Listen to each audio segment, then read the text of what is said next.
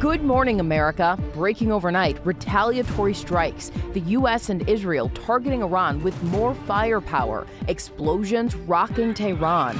Operation Epic Fury's new wave of attacks following Iran's confirmation the country's supreme leader was killed. And reports of dozens of military brass as well. And President Trump's new warning for Iran this morning.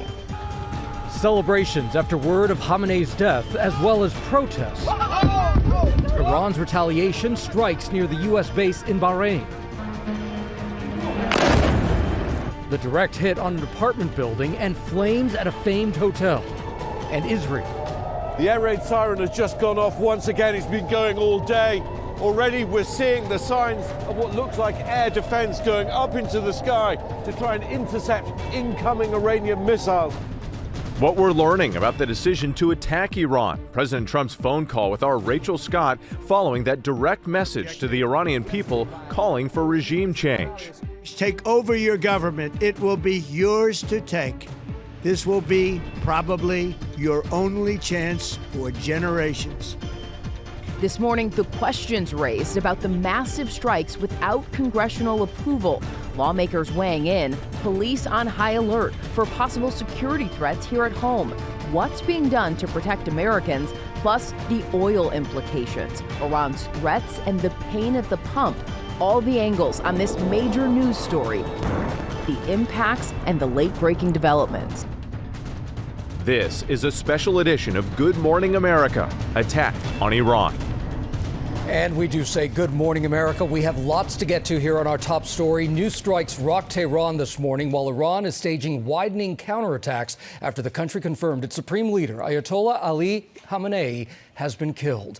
New video appears to show air defenses in Qatar intercepting missiles. And we're also getting a closer look at the first 24 hours of Operation Epic Fury. U.S. Central Command releasing these images showing the preparations and execution of the missile and air attacks. Video circulating online showing celebrations in Tehran when the news spread about Khamenei's death. But Iran's parliamentary leadership saying that the U.S. and Israel have crossed a red line and must pay the price. President Trump warning against additional retaliation. We have team coverage this morning in the region, in Washington, and looking at what could happen next, as well as the security concerns across the country. And we begin with Chief Foreign Correspondent Ian Pannell in Tel Aviv for us. Good morning, Ian. Yeah, good morning, Janae. It feels like we are in the midst of momentous change in the Middle East. The response from Iran, as threatened, has been fast and furious, spreading their attacks not just inside the Gulf, but also further afield, hitting in Iraq, even striking in Cyprus, which is, of course, home to allied military bases. Iran vowing to respond, and that's what we're seeing. This morning, 3 U.S. service members were killed, 5 seriously injured as part of the major combat operations in Iran, according to U.S. officials.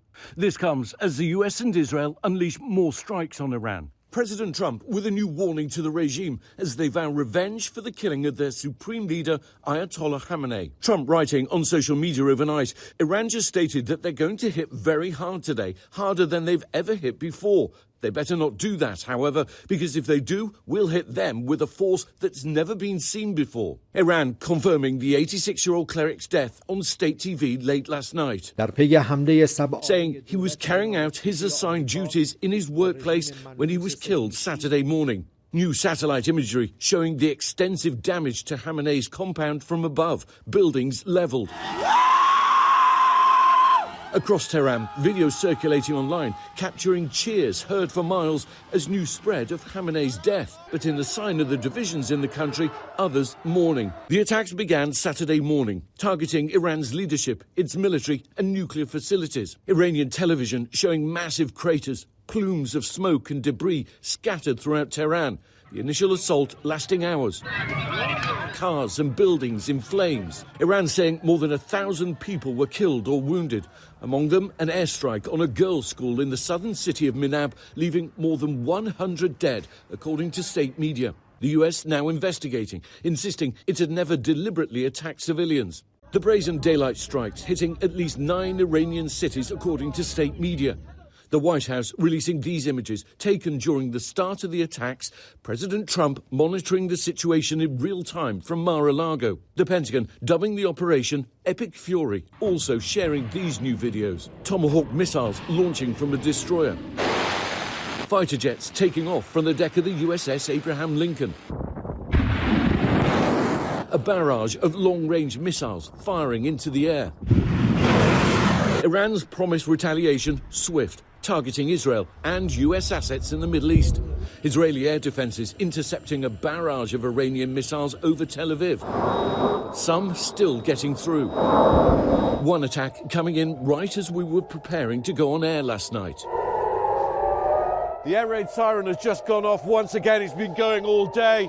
Already we're seeing the signs of what looks like air defense going up into the sky to try and intercept incoming Iranian missiles. All day long, they haven't stopped coming. Iran claiming they've targeted 27 US bases in the region. Dramatic verified videos circulating online showing the extent of the retaliatory strikes. From Jordan to a US naval base in Bahrain, where 3,200 Americans are stationed. This explosion right nearby. Not far from there, a drone blasting this residential building. Video showing the moment that drone came crashing in. Iran targeting Dubai too, this luxury hotel in flames. The growing conflict coming as the White House offers different justifications for the attack, saying this is about preventing Iran from developing a nuclear weapon and to protect American lives, though without offering evidence they have been rebuilding their nuclear program. Our objective is to defend the American people by eliminating imminent threats from the Iranian regime. Well, despite celebrating what they see as success, I think challenges lay ahead for this US-Israeli operation. Not least what happens next inside Iran. Decapitating the leadership is one thing, but it wasn't just about individuals. It was about an entire system, an entire edifice. And removing that is going to be deeply problematic. We've already seen the president say that he wanted the IRGC, in other words, the military wing of the regime, to come to the side of the people. Well, their response has been furious and they've attacked across the region. No sign they're going to do that, and that is going to make success in this mission deeply challenging. Janae? Ian, those images are jaw-dropping, and so we are deeply appreciative of you being there to bring that reporting to us. Thank you. Meanwhile, the fighting in the region is leaving thousands of Americans there uncertain about their situation and their ability to return home. ABC News chief international correspondent James Longman is in Istanbul, Turkey, with the latest. Good morning to you, James. Hi, Janae. Yeah, Iran promised a response, and boy, is this region feeling it. Virtually every country in the Gulf has now been hit by Iranian drones and missiles, and it doesn't feel like this barrage is going to let up anytime soon. Shockwaves across the Middle East this morning as Iran lashes out in response to US and Israeli strikes. No way, that's why it's so loud. Missiles and drones raining down on at least 8 countries across the region, forcing millions to take shelter. Saudi Arabia, Qatar, Bahrain, Kuwait, the UAE, Jordan and Iraq all in the firing line. Every major US base in the region in Iranian sights. Oman also struck, the country that had mediated now abandoned talks. Defense systems intercepting hundreds of projectiles, but some finding their targets and falling debris causing serious damage.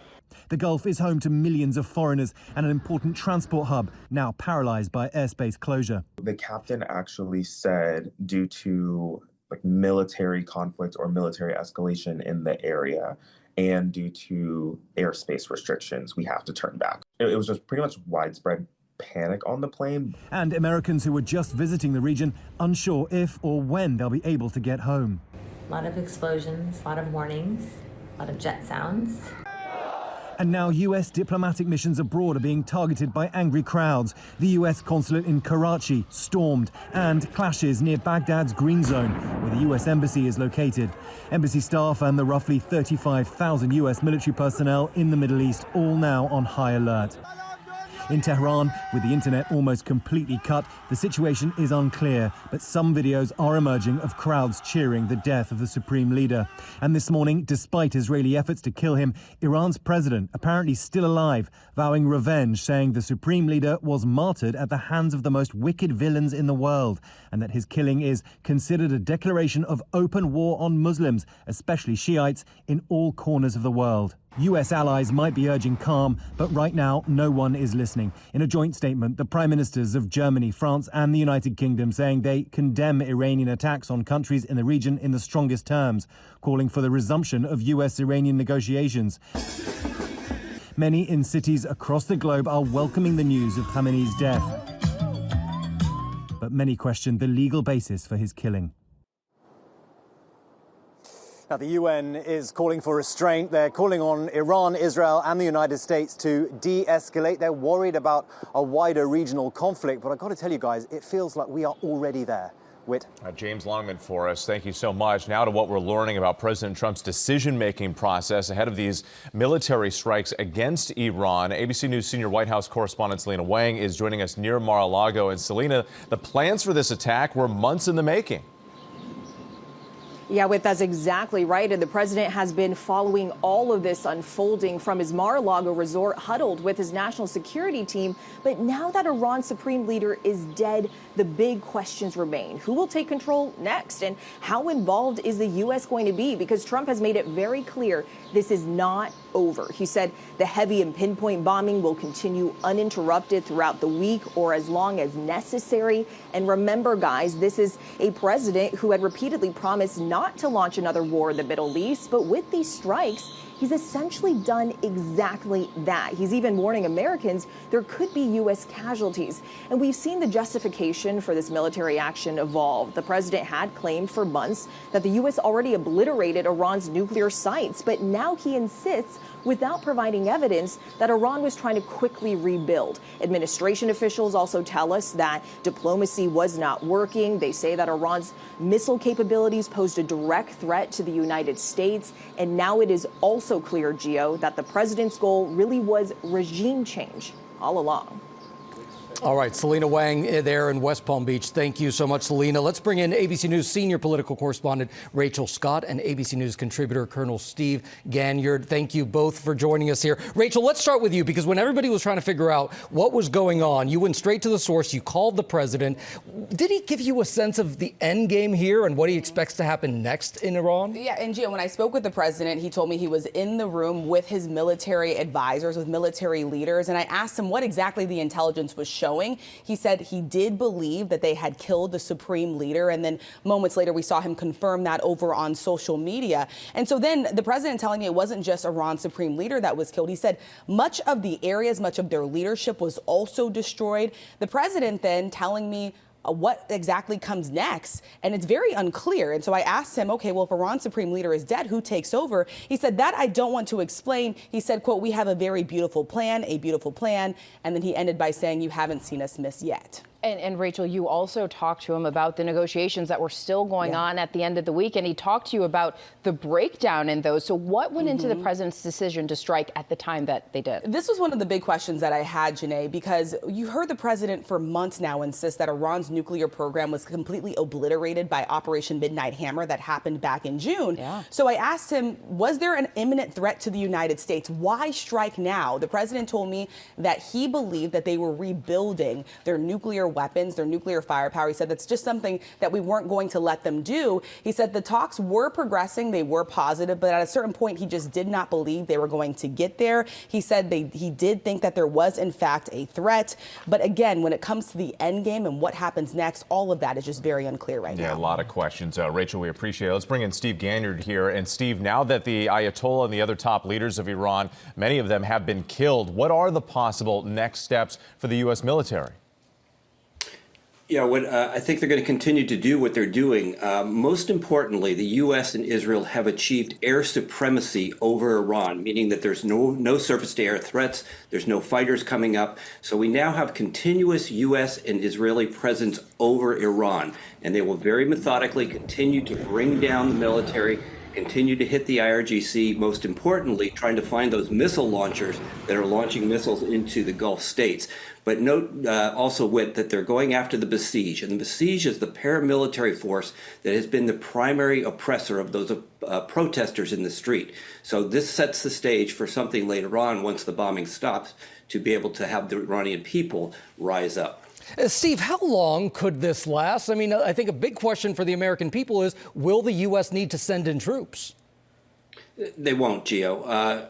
It's just not possible to predict how long it'll last. It'll probably take another week for the U.S. and Israel to continue to eliminate really any military capability that the Iranians have. But when the regime falls is still a question. What's really also going to happen here, Gio, is the economy is going to begin to collapse. They just can't continue this way under this kind of a bombardment. So it's only a matter of time before we see some resolution. All right, Steve and Rachel, we appreciate you both being with us this morning. Now to Capitol Hill and the reaction from lawmakers there. ABC's Jay O'Brien joins us with reaction on both sides of the aisle. Good morning, Jay. Janae, good morning to you. And Congress, of course, has not voted to authorize military action in Iran. Democrats are demanding that Congress return immediately here to Washington to be briefed on this operation and then debate and then vote on curtailing the president's war powers in Iran. Right now, the Senate is set to return tomorrow night. The House not until midweek. I'm told top congressional leaders were briefed by Secretary of State Marco Rubio at least twice, once just before these strikes unfolded, and then last Tuesday before President Trump's State of the Union. And Democrats saying they issued stark warnings to Rubio behind those closed doors. The top Democrat on the House Intelligence Committee, Jim Himes, saying that he warned Rubio that striking Iran could, quote, spiral and escalate in ways we cannot anticipate. Despite those concerns, there's no love lost in either party on the Hill for the Ayatollah this morning. Speaker of the House, Mike Johnson, saying Iran is facing the, quote, severe consequences of its evil actions. Whit. Jay O'Brien for us. And news of the strikes against Iran led some American cities to immediately increase their law enforcement presence.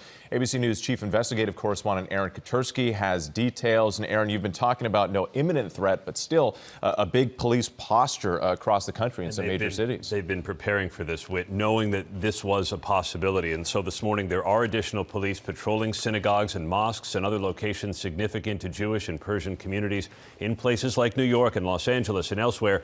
This is all meant to deter a violent act inspired by the U.S. strikes on Iran or disrupt something that may be in the planning stage. And Iran's allies and proxies have been calling for retaliation already.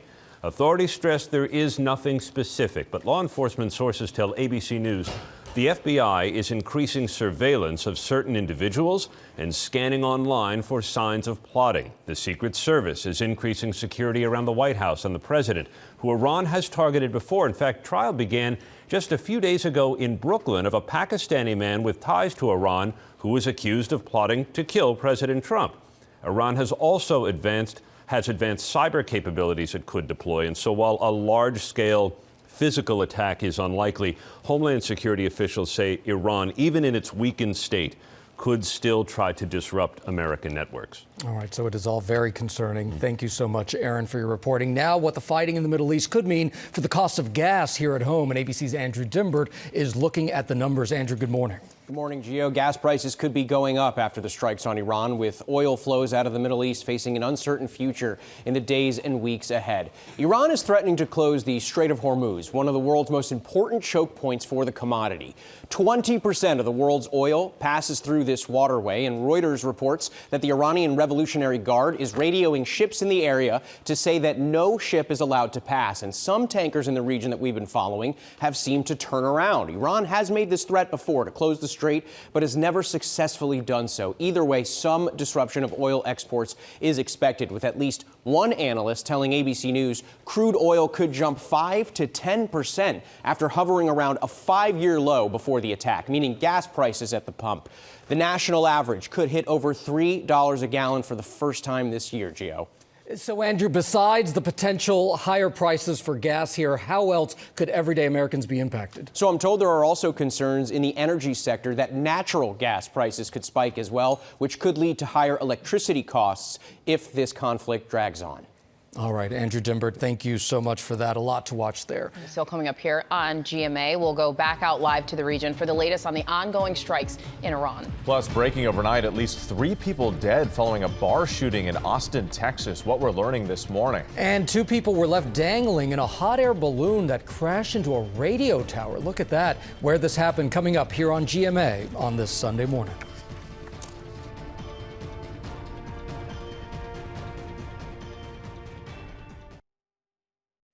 And welcome back to GMA. We are going to begin here this half hour with more stories we're following this Sunday morning. Breaking news out of Austin, where 2 people were killed and 14 injured in a mass shooting overnight. Police say officers encountered a man with a gun while responding to calls of a shooting near a bar. Officers opened fire, killing the suspect. No word yet on a motive behind the shooting. Memorial services for civil rights leader Jesse Jackson now head to South Carolina. A memorial caravan ushered Jackson's body from Chicago to his home state. Jackson will lie in repose at the state capitol rotunda in Columbia. Funeral services for Jackson are set for Saturday in Chicago. Actor Shia LaBeouf arrested again in New Orleans. LaBeouf reportedly turned himself into police on Saturday and charged with battery. The additional count is connected to his arrest in the French Quarter last month. Police say LaBeouf attacked several people during Mardi Gras celebrations near Bourbon Street. He was released on bond, but a new warrant for his arrest was issued on Friday. LaBeouf has not entered a plea. And frightening images from Northeast Texas. 2 people were left dangling more than 900 feet in the air when their hot air balloon, look at that, crashed into a radio tower in Gregg County Saturday morning. Rescuers worked for nearly 2 hours to safely bring the balloon's passengers down to the ground, and we're glad they're safe. Frightening situation there. Yeah.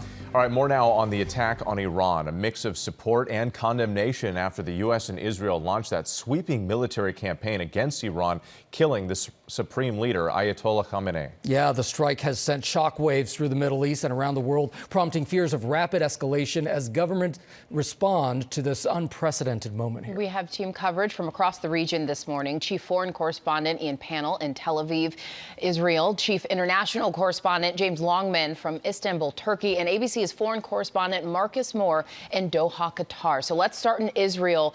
Ian, tell us the latest on the reaction and situation in Israel right now, as it's been a long night for you there. Yeah, a long day yesterday, a long night, and it's continued today. I think we're witnessing momentous change in the Middle East. It's a region now consumed with the flames from the US-Israeli operation in Iran. Iranian state TV confirming the death of Iran's supreme leader, Ayatollah Ali Khamenei. Spontaneous scenes of celebration in Iran as civilians cheered the death of a man who oversaw years of oppression and brutality and the death of thousands of unarmed protesters last month. But in a sign of the deep divisions in the country, tens of thousands also mourning his passing. The crowds again chanting death to America. US and Israeli attacks reportedly leaving at least 1,000 dead, or certainly hundreds. One strike hitting a girls' school inside Iran, according to state media. We're now getting more astonishing detail, though, of those very first moments of the operation yesterday morning. Israeli military officials saying the opening strike killed 40 senior leaders and commanders in Iran, as well as the Ayatollah, in the first minute. A sign that this mission is above all about regime change. The IDF saying it's creating the military and operational conditions for overthrowing the Iranian regime. Iran's military, though, vowing revenge, and the response has been furious. Iranian missiles striking every country in the Gulf, as well as Iraq and Cyprus and here in Israel. A direct hit on a residential building near Jerusalem this morning, wounding at least 24 critically. And finally, I think there are questions this morning about what comes next in Iran. Taking out the leadership is one thing, but removing the regime, much, much different, and likely will take longer. Guys? Yeah, questions and the details still coming in. Ian, thanks. Let's bring in James, monitoring world reaction now from Turkey. James, good morning.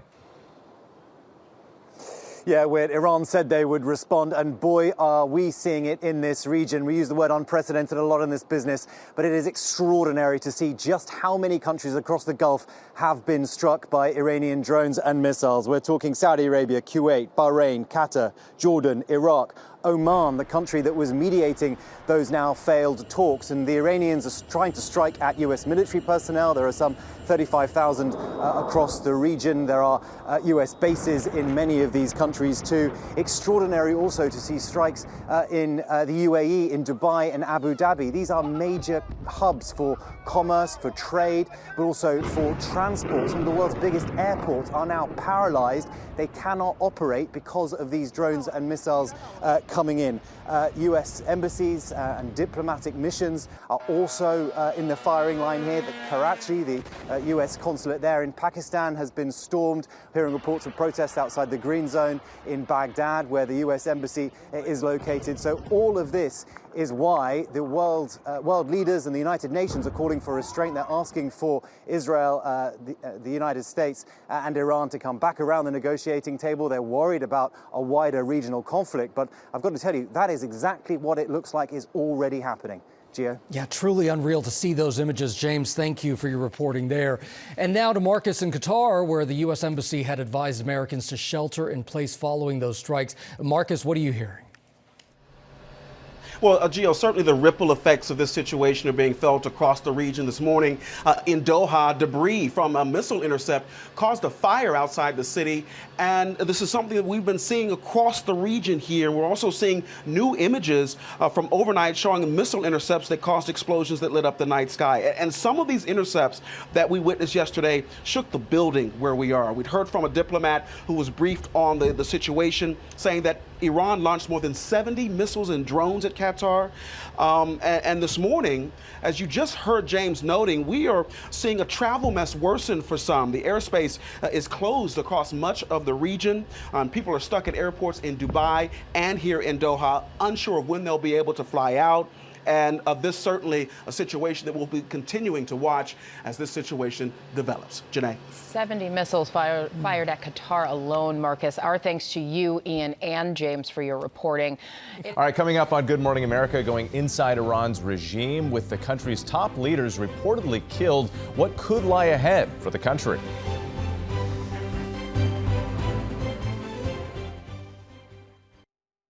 All right, welcome back to GMA as we look at the possible power struggle in Iran. President Trump said Saturday that there are some good candidates to lead the country after he announced the death of the supreme leader. And ABC's Lama Hassan is here with a look inside Iran's regime. Lama, good morning. Yeah, good morning to you, Gio. Ayatollah Ali Khamenei's death is undoubtedly a significant blow to the regime. But according to the Iranian constitution, there is a system in place, and they'll want to show that there'll be a smooth succession. So the question is, what happens next? This morning, amid the death of Iran's supreme leader, Ayatollah Ali Khamenei, and his top military brass, President Trump demanding a regime change, appealing directly to the Iranian people to take control. When we are finished, take over your government. It will be yours to take. This will be probably your only chance for generations. But the big question, what's next and who replaces the Iranian regime if it falls?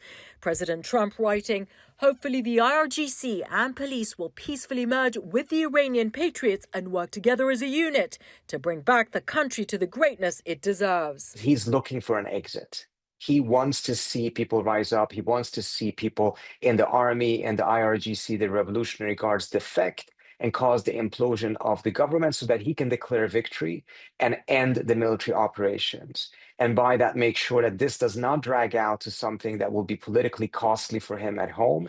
Outside the current Iranian power structure, Reza Pahlavi, the son of the Shah, overthrown by the Islamic Revolution in 1979. He's recently touted himself as positioned to ensure a stable transition. 86-year-old Ayatollah Ali Khamenei led the Islamic Republic since 1989. The Shiite Muslim cleric was the nation's supreme leader and commander-in-chief of the armed forces. His critics accusing him of brutally repressing domestic dissent. Most recently in protests this year that may have led to tens of thousands of deaths. The Iranian regime is designed to survive an assassination attempt. But what the regime did not anticipate was the strikes that decimated the chain of command, killing 7 senior defense and intelligence officials. But if the regime doesn't fall, then potential players to succession could include the Ayatollah's second eldest child, Mujtaba Khomeini.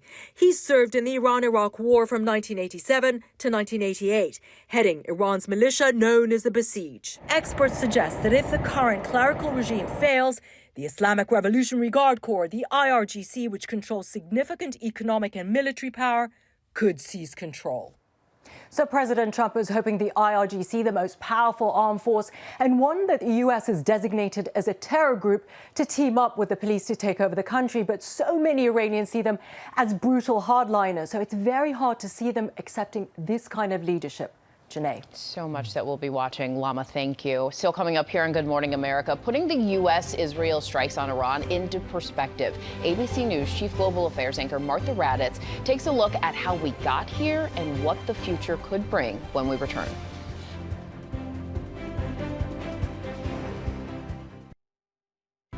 We are back now on GMA, looking at some big picture takeaways in Iran and what the future there could look like. We turn to ABC News Chief Global Affairs anchor Martha Raddatz. Martha, thank you for being with us. A lot of people want to know now, how did nuclear negotiations fall apart so dramatically that it led to this wide-scale military force? Well, I think the U.S. demands were pretty powerful. They wanted Iran to absolutely give up its nuclear weapons program, and they started saying they wanted the ballistic missile program to end as well. For the Iranians, that seemed to be a step too far. Now, I think we do have to go back and remember that President Trump just last week in the State of the Union said the nuclear program had been obliterated. They haven't offered any evidence that Iran is still involved in that, but that was the U.S. demand. And we heard Iran say, yes, we'll give up a nuclear weapon, but it's much more complicated than that. These agreements are extremely minute. You have so many details that you have to agree on. Do you agree to inspectors? What's next? What's next? How long will that last? Is there any limit? And for Iran, Iran is known for stalling and stalling and stalling. Look over the past decades. We had the JCPOA, that nuclear deal about 10 years ago. That took endless negotiations. And I think President Trump's patience just ran out. And Martha, now that the supreme leader of Iran and others have reportedly been killed, what could the succession of power look like in that country, and what influence does the U.S. hope to have? I think what we saw and what Lama was just talking about is President Trump really is relying on the people, because that is what has to happen now. Those leaders have been taken out, the IRGC. Are they going to lay down their weapons or face, as President Trump said, certain death? That is still a very big question. And the thing I keep thinking about is, for those people, that opposition that I've seen up close in Iran, this is an extremely dangerous time. They will face the IRGC. They will face those hardliners. You got 92 million people in that country, and a great number of them are hardliners. The opposition has been so incredibly brave, but we all know tens of thousands have been killed over the years. So this is a critical time for them. Meanwhile, their country is being bombed. So this will play out in the coming weeks, and the strength of those people, what they're able to accomplish, and whether the IRGC drops their weapons. Huge question. Absolutely. Dangerous times indeed. Meanwhile, Martha, you've been on the ground there in Iran many times. We've seen you there. You're seeing up close what life looks like under the regime. There you are right there. And how U.S. sanctions have been affecting people there. So how could these attacks change things for the people of Iran?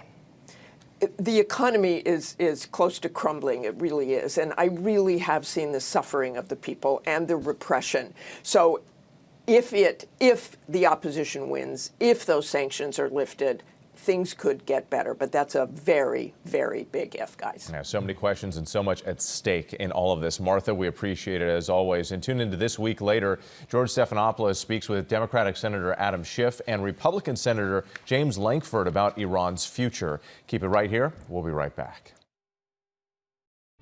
And tune in tonight for an ABC News special, Shockwaves, the attack on Iran at 9 Eastern here on ABC, Disney Plus, and Hulu. And we'll see you tomorrow. Bye-bye, everybody.